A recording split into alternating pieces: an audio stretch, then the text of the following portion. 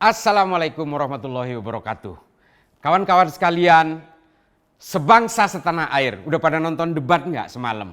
Nih, saya mau ulas.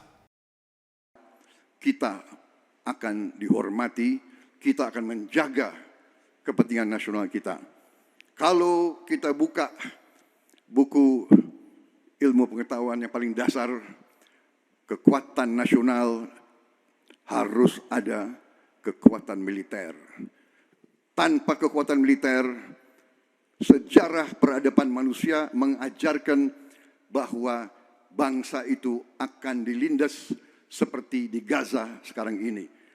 Akan diambil kekayaannya, akan diusir dari tanah airnya. Tidak bisa tidak, kita harus kuat. Kita harus kuat. Terima kasih.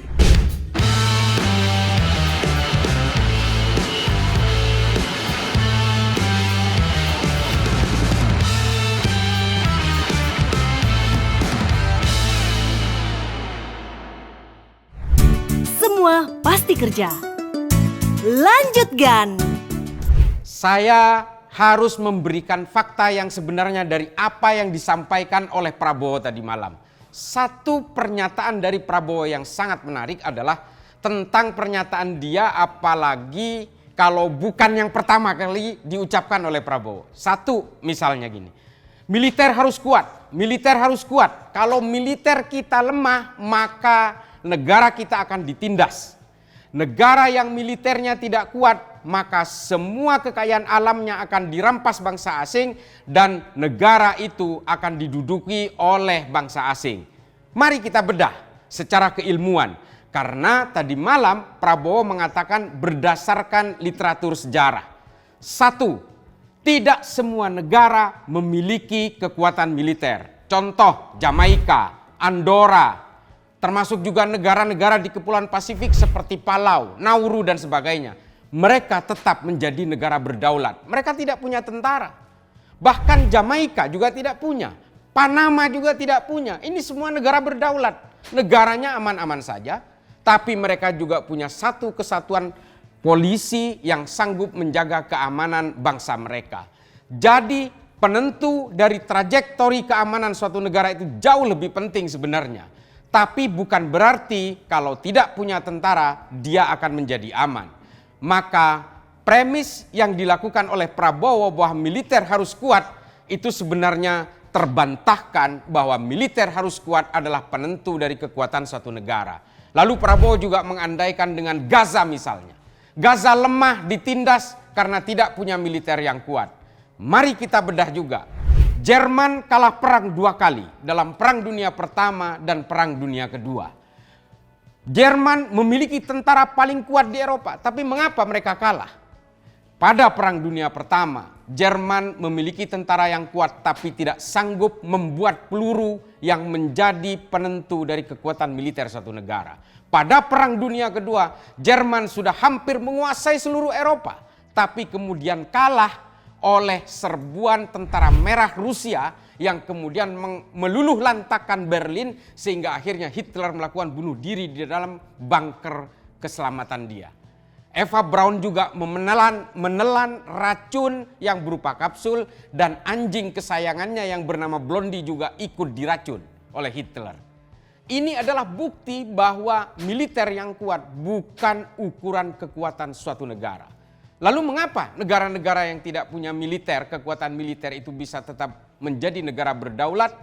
Karena kedaulatan suatu negara, kekuatan suatu negara berada di dalam jalur-jalur diplomasi internasional.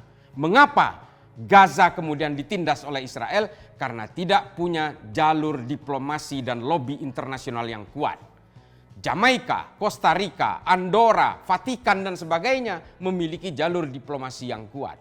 Jerman memiliki tentara yang kuat, tapi mereka ternyata tidak sanggup memberikan logistik yang kuat terhadap tentaranya. Artinya militer sekali lagi bukanlah penentu dari kekuatan suatu negara. Semua pernyataan Prabowo ini tidak berdasar kalau kemudian kita bisa melihat literatur yang sebenarnya gampang kita cari di dalam dunia maya kita. Oleh karena itu, saya dengan ini menyatakan bahwa Prabowo hanya ingin mengeluarkan unek-uneknya yang sangat militeristik.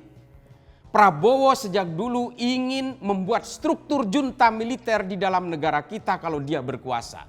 Oleh karena itu, sekali lagi saya ingatkan kepada anggota kepolisian bahwa kekuatan suatu negara bukan hanya di dalam kekuatan militer saja, tapi juga berada di tangan pemolisian yang sangat kuat, pemolisian demokratis dan juga pemolisian komunitas.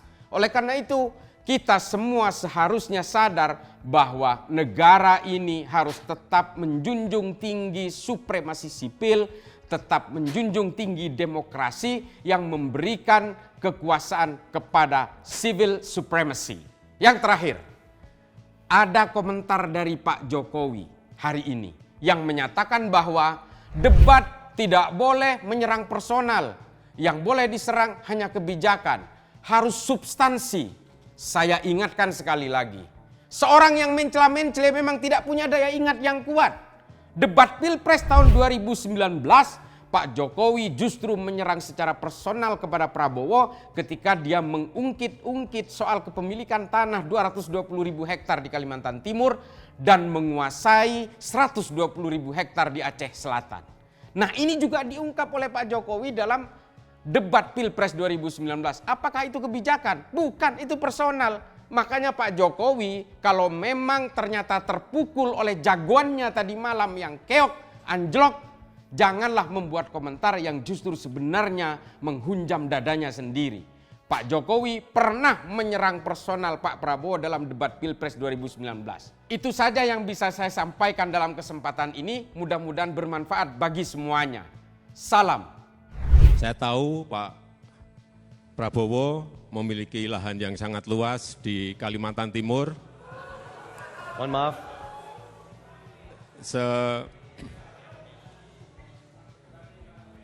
Sebesar 220.000 hektar. Juga di Aceh Tengah 120.000 hektar. Saya hanya ingin menyampaikan bahwa pembagian seperti ini tidak dilakukan masa pemerintahan saya.